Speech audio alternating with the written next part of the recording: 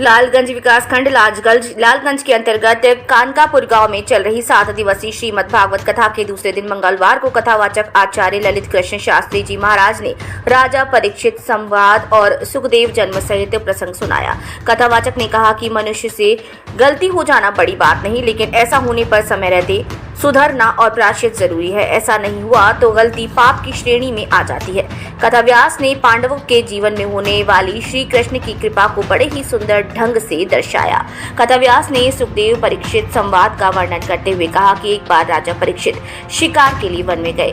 वन्य पशुओं के पीछे दौड़ने के कारण वे प्यास से व्याकुल हो गए और जलाशय की खोज में इधर उधर घूमते रहे।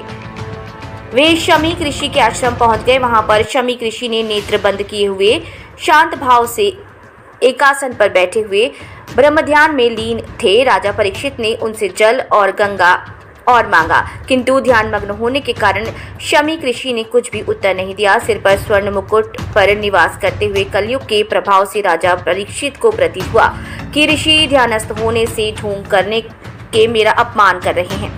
उन्हें ऋषि पर बहुत क्रोध आया। उन्होंने अपने अपमान का बदला लेने के उद्देश्य से पास ही पड़े हुए मृत सांप को अपने धनुष की नोक से उठाकर ऋषि के गले में डाल दिया और अपने नगर वापस लौट आए।